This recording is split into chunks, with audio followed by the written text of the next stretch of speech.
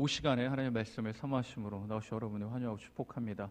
우리 앞뒤 좌우에 있는 성도님들과 같이 인사드리겠습니다. 환영합니다. 축복합니다. 반갑습니다. 이런 말이 있습니다. 왕이 되려는 자 왕관의 무게를 견드라. 혹시 이 말을 들어보신 적 있으십니까? 네, 이 말은 다모클레스의 칼이라는 그 이야기에 나오는 파생된 이야기입니다. 다모클레스가 이제 왕이 혹은 이제 높은 보좌에 앉게 되는데요. 그 앉은 자리에 그 위에 칼을 매달아 둔 그런 장면이 바로 이 다모클레스의 칼이라는 것입니다. 그 자리에 앉기 위해서는 칼이 언제든지 끝을 향하고 있다는 것을 말하는 것이죠. 이것을 로마의 이제 키케로가 강연을 하면서 이제 사용하게 됩니다. 그러므로 이제 더 알려지게 되는 거죠. 이 말이 참 맞는 말 같습니다. 무슨 일을 하든지 그 무게를 견뎌야 하는 것이죠. 여러분, 지난 한 주간 여러분은 삶의 무게를 잘 견뎌내셨습니까? 네, 견뎌내셨기에 또 저희가 이렇게 함께 하는 것이죠. 저도 매일마다 이 무게를 견디는 게 너무 힘이 드는데요. 몸무게가 이제 계속 늘어가지고 무릎에 이제 좀 문제가 생기기 시작하는데 아무튼 잘 견디시기 바랍니다. 뭐든 무슨 일 하든지 무게를 잘 견뎌야 합니다. 무게를 견딜 때 그 자리를 앉을 수가 있는 것이죠. 근데 저와 여러분, 특별히 그리스도인으로 부르심을 받은 자에게는 감당해야 할 무게가 또 있다라고 본문은 우리에게 알려줍니다. 그것이 바로 담당자의 무게입니다. 하나님께서 우리를 선택하셨고 하나님께서 우리를 자녀 삼아 주셨고 하나님께서 이 땅에 우리를 남겨두신 이유는 담당자로 남겨주신 것이죠. 근데 이 담당자가 감당해야 할 무게가 있음을 오늘 본문은 우리에게 알려줍니다. 그 무게를 진정으로 감당하고 그 무게를 진심으로 붙들고 살아갈 때 담당자가 될 수가 있는 것이죠. 오늘 하나님께서 본문을 통해 부르신 자가 바로 에스겔 선지자입니다. 에스겔을 통하여 그 무게를 감당하게 하시는 것이죠. 오늘 본문은 하나님께서 에스겔 선지자를 통하여 저와 여러분에게 주시는 말씀, 꼭 이 무게를 감당함으로 하나님의 자녀로, 하나님의 백성으로 살아가기를 권면하시는 것입니다. 우리 잠시 어떠한 무게를 감당해야 되는지 살펴보도록 하겠습니다. 첫째는 시대를 감당하는 무게입니다. 시대를 감당해야 합니다. 하나님께서 에스겔 선지자를 부르신 이유가 무엇입니까? 시대를 감당하라는 것이죠. 안타깝게도 이 시대는 화평하고 하나님이 기뻐하시는 시대가 아닌 이스라엘의 죄악이 도래한 시기이며 죄악이 가득 찬 시기입니다. 이것을 잘 감당해야 합니다. 어떻게 감당해야 합니까? 에스겔 선지자가 우리 1장부터 보게 되면 어떻게 감당하느냐? 말씀으로 감당합니다. 먼저 말씀을 받았고 그것을 먹었고 그것을 삶에 채웠으며 그 두려움을 가지고 이 세상에 대한 두려움을 가지고 하나님이 계시기에 담대함으로 나아가는 것입니다. 더 나아가서 오늘 본문의 하나님의 말씀이 그냥 말씀으로 그치지 않음을 분명히 말씀해 줍니다. 하나님께서 그냥 하신 말씀이 아니라 시대가 죄악으로 인해 감당해야 할 무게를 이 선지자를 통해 분명히 선포될 것임을 나타내고 있는 것입니다. 오늘 에스겔 선지자에게 4절에서 6절 말씀해 보시면 죄악을 담당하라 라고 말씀합니다. 이 말씀 무엇입니까? 네가 경험하라는 것입니다. 이 죄악으로 말미암아 얻게 되는 결과를 네가 먼저 경험하라고 말씀하는 것입니다. 우리가 읽지는 않았지만 이 예루살렘이 어떻게 되는지, 이 이스라엘 백성들이 어떻게 되는지에 나와 있습니다. 1절에서 3절까지 말씀해 보시면 예루살렘을 에워싸고 사다리를 세우고 그것을 향하여 흙으로 언덕을 쌓고 그것을 향하여 진을 치고 또한 공성퇴를 둘러 세웁니다. 멸망을 나타내는 것이죠. 예루살렘에 대한 징조를 말합니다. 이 상징은 약 5년 후에 그대로 이루어지게 됩니다. 예루살렘 성이 포위됩니다. 그리고 2년 만에 바벨론 군대에 의해 함락당하는 것이죠. 그때 가서 이스라엘 백성들은 다시 한 번 더 이 말씀을 기억하고 이해하고 후회를 합니다. 때늦은 후회를 하는 것이죠. 다시 오늘 본문으로 돌아와서 그러면 에스겔은 어떻게 감당해야 됩니까? 4절 말씀해 보시면 왼쪽에 누우라 라고 말합니다. 왼쪽에 누우라. 왼쪽으로 얼마만큼 누우라고 이야기합니까? 5절 말씀해 보시면 390일 동안 왼쪽에 누우라 라고 말합니다. 그리고 오른쪽은 며칠을 누우라고 이야기하십니까? 6절 말씀해 보시면 40일입니다. 40일. 이 숫자들에 대한 이해는 또 여러 가지 해석들이 있는데요. 보편적으로 보자면 이 일을 해로 여깁니다. 연수로 따지는 것이죠. 여기 보시면 6절 말씀해 보시면 하루가 1년이니라 라고 말하는데요.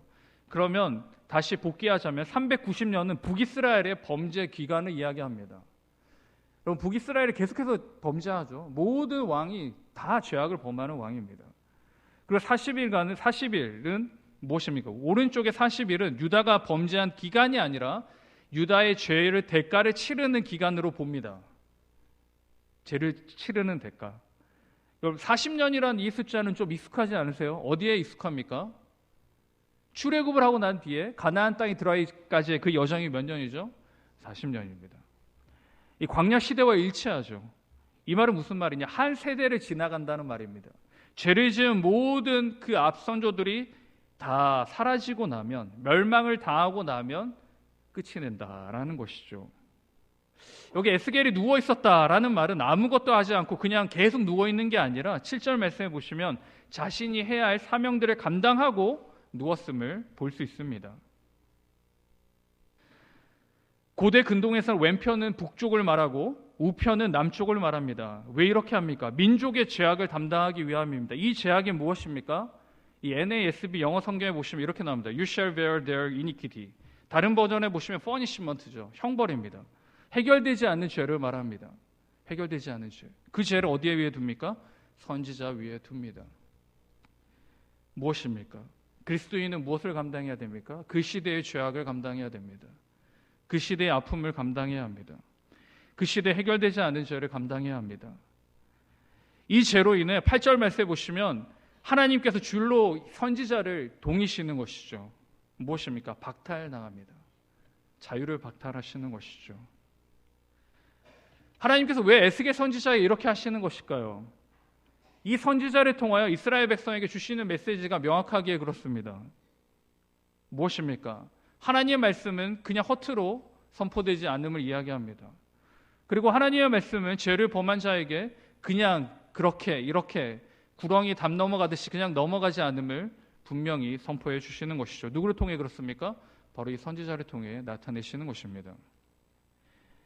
시대를 누가 감당합니까? 하나님의 말씀을 받은 자들이 감당합니다. 시대를 누가 깨웁니까? 하나님의 말씀을 받은 사람들이 시대를 깨우는 것이죠. 누가 이 시대를 정합니까? 누가 이 세상을 변화시킵니까? 바로 하나님께 부름을 받은 자들이 변화시키는 것입니다. 이 시대의 악하고 이 시대에 가득한 이 죄를 저와 여러분이 짊어져야 하는 것이죠. 이것이 바로 하나님께 담당자로 부르심을 받은 자의 사명입니다. 이것이 우리가 견뎌야 할 무게가 되는 것이죠. 그렇게 저와 여러분은 무엇을 합니까? 이 땅을 위해 기도하는 것입니다. 이 세상을 위해 기도하는 것이죠. 하나님의 공의와 정의가 선포되기 위해 우리가 기도하는 이유가 바로 그것입니다. 왜요? 담당자로 견뎌야 할 무게이기 그렇습니다. 사랑하는 성도 여러분, 이 시대가 범한 죄를 우리가 하나님 앞에 회개해야 합니다. 하나님께서는 죄의 결과를 하나님의 사람에게 물으시기에 그런 것이죠. 하나님께서는 기회를 하나님의 자녀들로 인하여 주시는 것입니다. 이 사회가 악이 편만하고 이 사회가 무질서하고 이 사회가 많은 것들이 무너져 내려간다면 그 책임은 누구에게 있을까요? 물론 죄를 범한 사람들에게 있겠죠. 하지만 그 이면에는 바로 하나님께 부름을 받은 자의 몫이 되는 것입니다. 하나님께 부름을 받은 자들이 제대로 그 무게를 감당하지 못할 때 이 세상은 더욱더 죄악이 넘쳐나게 되는 것이죠.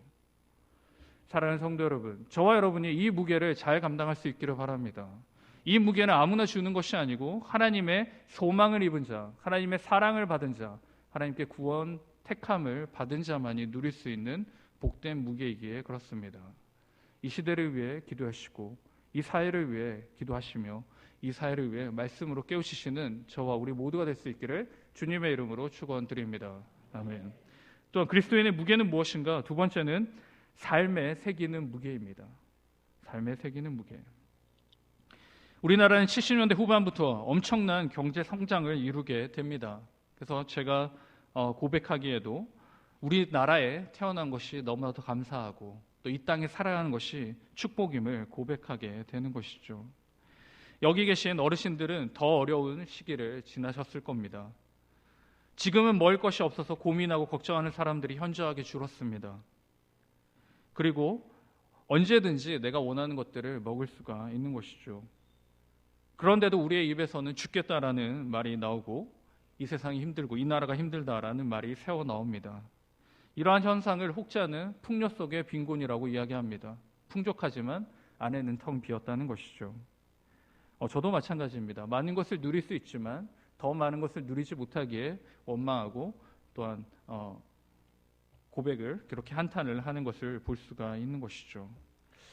내가 누리고 살았구나라고 생각하고 경험할 때는 언제일까요? 내가 참 풍족하게 살았구나, 내가 참 풍요롭게 살았구나, 이렇게 생각할 때는 언제일까요? 확실하게 알 수 있는 방법이 있습니다. 그것은 박탈당할 때입니다. 내가 지금 누리고 있는 것들이 박탈당할 때, 내가 이전에는 풍요롭게 살았구나, 내가 풍조롭게 살았구나라고 느낄 수가 있는 것이죠. 본문의 이스라엘의 민족의 죄는 무엇입니까? 하나님을 배반한 것입니다. 상식적으로 누군가를 잘 믿고 의지하다가 배반하는 이유가 무엇일까요? 눈에 다른 것이 들어왔기에 그렇습니다. 더 크고 더 좋고 더 힘이 있고 더 능력이 있는 것처럼 보이기에 배신하는 것이죠. 이스라엘 백성이 왜 이렇게 됐을까요? 이스라엘 백성은 원래 유목민이었습니다. 근데 이들이 가나안 땅에 들어와 보니 어떻게 해요? 농사를 지어야 되는데 그 옆에 있는 이방 나라의 제사들을 보고 우상들을 보니까 혹하게 되는 것이죠. 저렇게 하면 농사를 짓는 것이구나, 이렇게 생각한 것입니다. 이전의 방식이 아닌 다른 방식을 적용한 것입니다. 이때 하나님만이 아닌 다른 것들도 같이 들어오게 되는 것이죠. 무엇입니까? 살만하니까 하나님을 잊어버렸습니다. 살만하니까 하나님이 눈에 들어오지 않는 것이죠. 이것은 구약 성경에 나타나는 이스라엘 역사에 보면 동일하게 나옵니다. 이스라엘 민족 역사가 무엇입니까? 살만하면 하나님을 떠납니다. 그리고 살기 힘드니 또 어떡합니까? 하나님께로 돌아오는 것이죠. 오늘 하나님께서 이스라엘 백성들을 철저하게 누리고 사는 것을 알려주시기 위해 에스겔 선지자의 기본권을 박탈합니다. 우리 9절 말씀을 같이 읽겠습니다. 9절입니다. 시작.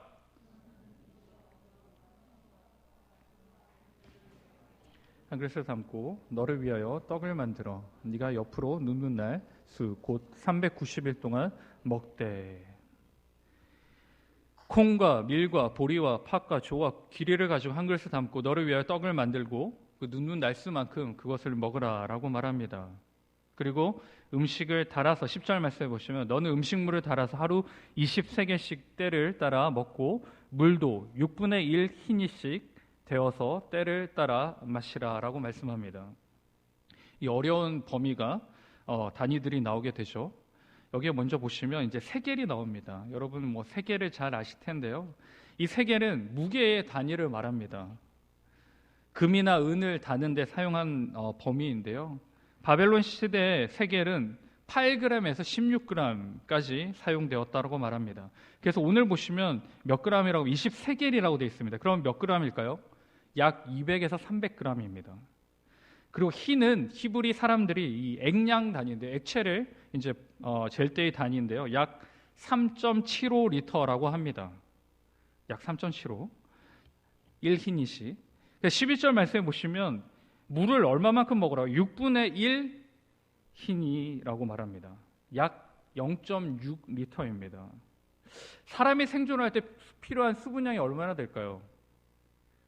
대략적으로 약 2.3리터가 필요하다고 합니다. 매일. 그런데 하나님께서 말씀하신 이것은 무엇입니까? 극소량만 허락하신 겁니다. 극소량. 극소량만 먹고 마신다는 것은 무슨 말입니까? 정말 죽지 않을 만큼만 먹고 마시는 것이죠. 이것을 에스겔을 통해 나타내는 것입니다. 여기서 그치는 것이 아니라 인분으로 불을 피워 만들어 먹으라라고 말합니다. 여러분, 당시의 인분은 굉장히 불결한 것입니다. 가까이 할 수도 없는 것이죠. 그래서 이 처리장을 성 바깥에다 두었던 것입니다. 그런데 이것을 불로 피운다는 것은 말도 안 되는 것이죠. 여기에 대해서 이제 에스겔 선지자가 하나님께 요청하는 것이죠. 무엇이라고 요청하는 겁니까? 우리 14절 말씀을 같이 읽겠습니다. 14절입니다. 시작. 내가 말하되 아하 주 여호와여 나는 영혼을 더럽힌 일이 없었나이다. 어려서부터 지금까지 스스로 죽은 것이나 짐승에게 찢긴 것을 먹지 아니하였고 가증한 고기를 입에 넣지 아니하였나이다. 아멘.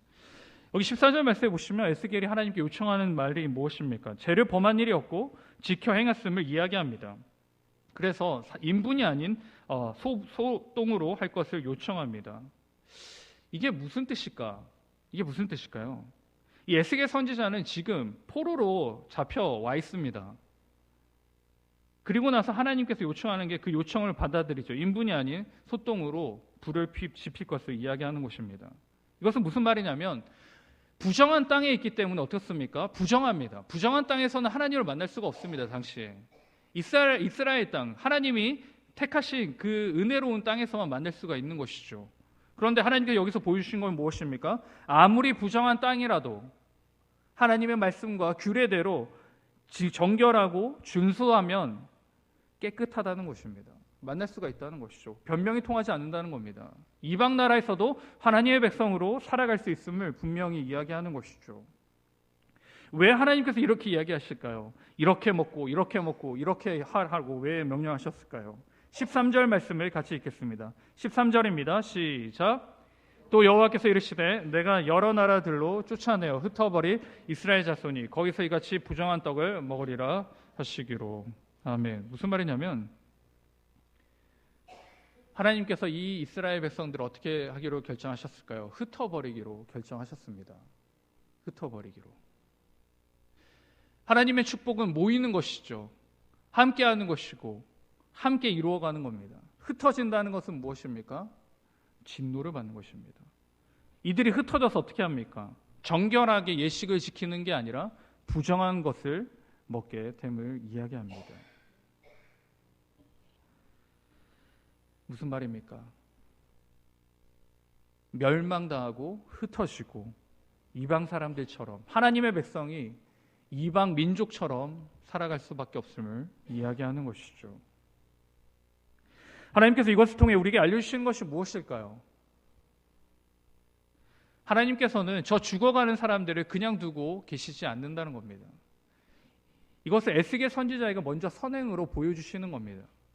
너희들이 돌아오지 않으면, 너희들이 하나님께로 오지 않으면 이렇게 될 것임을 선지자를 통해 알려주는 것이죠. 무엇입니까? 기회를 주시는 겁니다. 이것이 사랑이죠. 그런데 그 사랑을 저버릴 때 진노가, 고난과 역경이 다가오는 것입니다. 저와 여러분 또한 마찬가지입니다. 방관할 수 없는 것이죠. 하나님의 말씀은 우리의 삶 가운데 새기는 것입니다. 그리고 우리의 삶을 통하여 드러나는 것이죠. 지금 여러 가지 이 한국 땅에 일어나는, 특별히 교회와 또 성도들에게 일어나는 극소수이지만 말도 안 되는 그 형태와 문제들이 나타나고 있습니다. 여러분, 그것을 볼 때 우리는 어떻게 해야 될까요? 물론 비난과 비판을 해야겠지만 같은 그리스도인으로서, 같은 하나님을 믿는 자로서 우리가 먼저 회개해야 하는 것입니다. 왜요? 극소수의 문제가 있는 교회와 성도들이지만 그들이 삶으로 이 무게를 제대로 나타내지 못했기에 그렇습니다. 저와 여러분도 마찬가지죠. 하나님 말씀을 들었고 하나님 말씀을 붙잡았지만 그것을 삶으로 무게를 나타내지 않는다면 이스라엘 백성들과 동일하게 범죄하고 있는 것입니다. 사랑하는 성도 여러분, 우리 삶에 새기는 무게입니다. 하나님의 말씀은 우리의 삶에 새기는 것이죠. 그러므로 삶으로 나타나는 말씀이 바로 우리가 해야 될 담당자의 몫이 됩니다. 사랑하는 성도 여러분, 저와 여러분이 이 무게를 삶 가운데 나타낼 수 있는 그 담당자가 될 수 있기를 주님의 이름으로 축원드립니다. 네. 마지막으로 그리스도인의 무게는 무엇인가? 현실의 무게입니다. 요즘 시대에 가상현실이 있습니다. 진짜가 아니죠. 여기서는 실수를 해도 다시 시작하면 됩니다. 문제가 생기면 전원을 껐다가 켜면 되죠. 그러나 현실은 그렇지 않습니다. 현실은 다시 시작하거나 껐다가 켤 수도 없는 것이죠. 그렇게 현실의 무게가 가볍지 않습니다. 우리 마지막 17절 말씀을 같이 읽겠습니다. 17절입니다. 시작.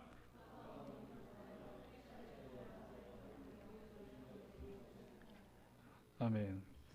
여기 본문에 보시면 쇠폐하리라 라는 말이 있는데요. 조금 어려운 말인데 굶주림으로 인해 쇠약해지는 것을 말합니다.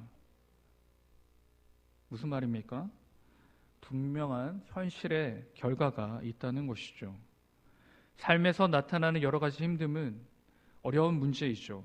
뭐라고 정확하게 답을 내릴 수가 없습니다. 내가 왜 고난을 받고 왜 우리나라가 고통과 역경을 겪는가? 확실하게 답을 내릴 수가 없는 것이죠. 그러나 오늘 본문을 통해 이해하자면 하나님의 말씀은 현실이 된다는 겁니다. 그 현실은 고통으로 나타남을 분명히 말씀해 주시는 것이죠. 오늘 예수의 선지자를 통하여 우리에게 알려주시는 것이 무엇입니까? 현실이 된다는 겁니다. 하나님의 말씀은 그냥 허공에 떠도는 메아리가 아니라 현실로 나타나는 생명의 말씀임을 우리에게 알려주는 것이죠. 그리고 이 말씀을 우리에게 주시는 것이 무엇입니까? 우리에게 먼저 경고해 주시는 것입니다. 이 나라와 이 민족을 위해 기도해야 되고, 특별히 이 나라의 교회와 또한 성도들을 위해 기도하고 회개해야 됨을 분명히 말씀해 주는 것입니다. 죄의 결과로 받게 되는 진노와 아픔을 하나님의 선지자로 말미암아 먼저 듣고 보고 알게 됩니다. 우리도 마찬가지죠. 교회와 또 여러 가지 어려움과 또 제약들로 인하여 무너져가고 쓰러져가는 교회와 성도들을 봅니다. 그 상황들을 우리가 보고 또 말씀을 듣고 말씀을 묵상하지만 우리가 반응하지 않는다면 이 당시의 이스라엘 백성들처럼 귀가 있어도 듣지 못하고 눈이 있음에도 보지 못하는 것과 똑같은 것이죠. 그 결과는 현실로 분명히 나타납니다. 우리가 하나님의 사람이라면, 우리가 하나님께 담당자로 임명되었다면 우리에게 주시는 메시지가 분명히 있는 것이죠. 하나님의 말씀은 역사로 나타난다는 겁니다.